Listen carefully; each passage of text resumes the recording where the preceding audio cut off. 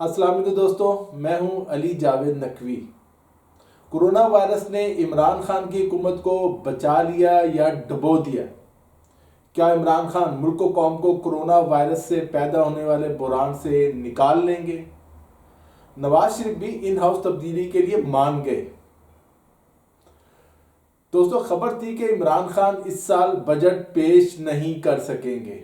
2020-21 کا بجٹ نئی حکومت یا نگران حکومت پیش کرے گی، لیکن اچانک کورونا وائرس آ گیا جس نے نہ صرف پاکستان بلکہ پوری دنیا کی ترجیحات ہی بدل دی۔ یہ وائرس دنیا کو بدلنے جا رہا ہے، دنیا کا ایک نیا نقشہ بنے گا۔ تو کیا پاکستان میں بھی کچھ بدلے گا؟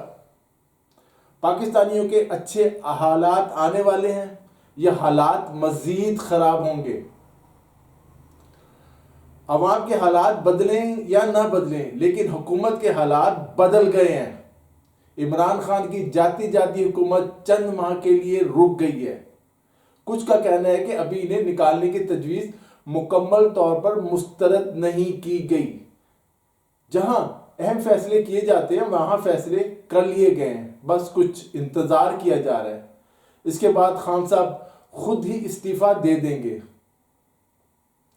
دوستو، اگر آپ نے اب تک ہمارا چینل اردو نیوز ٹی وی لائک اور سبسکرائب نہیں کیا تو چینل کو لائک اور سبسکرائب کر لیں، نیچے گھنٹی کے نشان کو بھی دبائیں تاکہ آپ کو ہماری معلوماتی ویڈیوز دیکھنے کو ملتی رہیں۔ اس سال حکومت ختم ہوئی بھی تو کرونا وائرس کے باعث عام انتخابات نہیں ہو سکیں گے، اس لیے ان ہاؤس تبدیلی کا ہی آپشن رہ گیا ہے۔ موجودہ حالات میں نواز شریف اور آصف علی زرداری دونوں ان ہاؤس تبدیلی کے لیے تیار ہو گئے ہیں۔ اس سے پہلے نواز شریف ان ہاؤس تبدیلی کے حامی نہیں تھے۔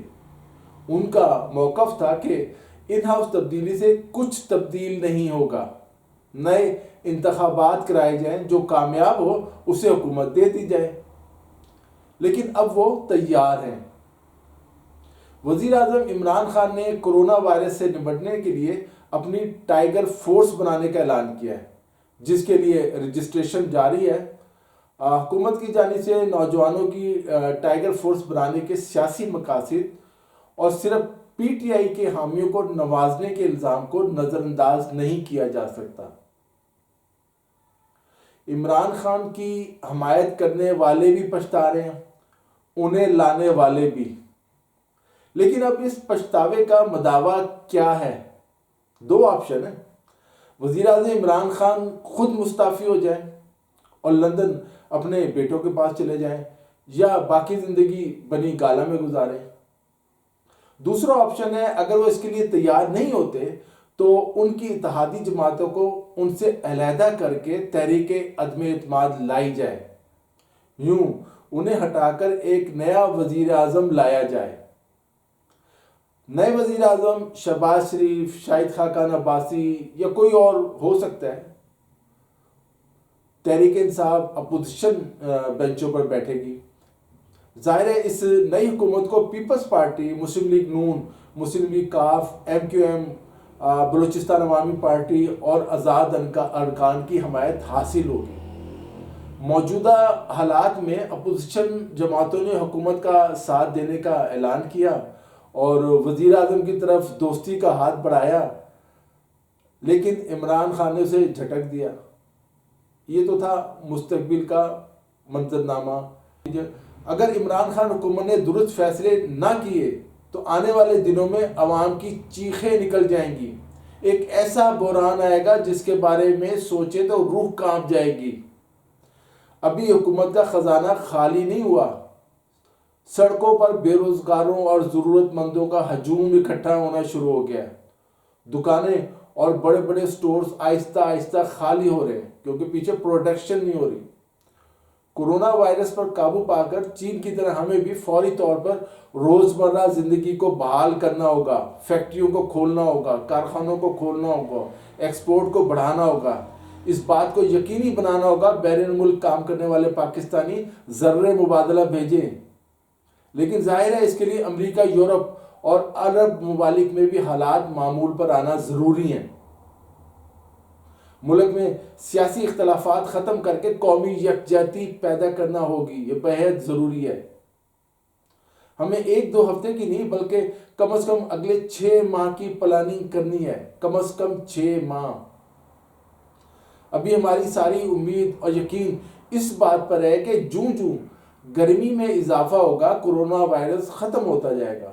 خدا کرے ایسا ہی ہو، لیکن اگر ایسا نہ ہوا ہمیں اپنی تیاریاں مکمل کرنی چاہیے۔ ہمیں ہر طرح کے حالات کا مقابلہ کرنے کے لیے تیار رہنا چاہیے۔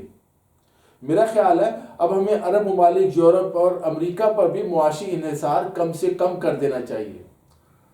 امریکہ اور یورپ کے لیے اب ممکن نہیں ہوگا کہ پاکستان کی کسی قسم کی مدد کریں۔ ان کا اپنا مستقبل خطرے میں ہے، ان کے اپنے حالات پتلے ہیں۔ چین جو اس بحران سے مرد بحران بن کر ابھرا ہے، چین سے کاروباری اور تجارتی تعلقات بڑھا کر اپنی برآمدات بڑھا سکتے ہیں۔ سی پیک منصوبہ پر پہلے کی طرح کام تیز کرنے کی ضرورت ہے۔ یہ درست ہے کہ آج کی دنیا میں ملکوں کی ترقی عالمی حالات اور ایک دوسرے کے حالات سے جڑی ہے، لیکن اس کے باوجود ہم اپنے معاشی حالات کو بہتر کر سکتے ہیں۔ اس کی ایک بڑی وجہ یہ ہے کہ ہمارا زیادہ تر انحصار اپنے ملک میں پیدا ہونے والی مصنوعات، خصوصاً زرعی پیداوار پر ہے۔ اسی خصوصیت کی وجہ سے ایٹمی دھماکوں کے بعد لگنے والی امریکی پابندیوں کا ہم پر اثر نہیں ہوا تھا۔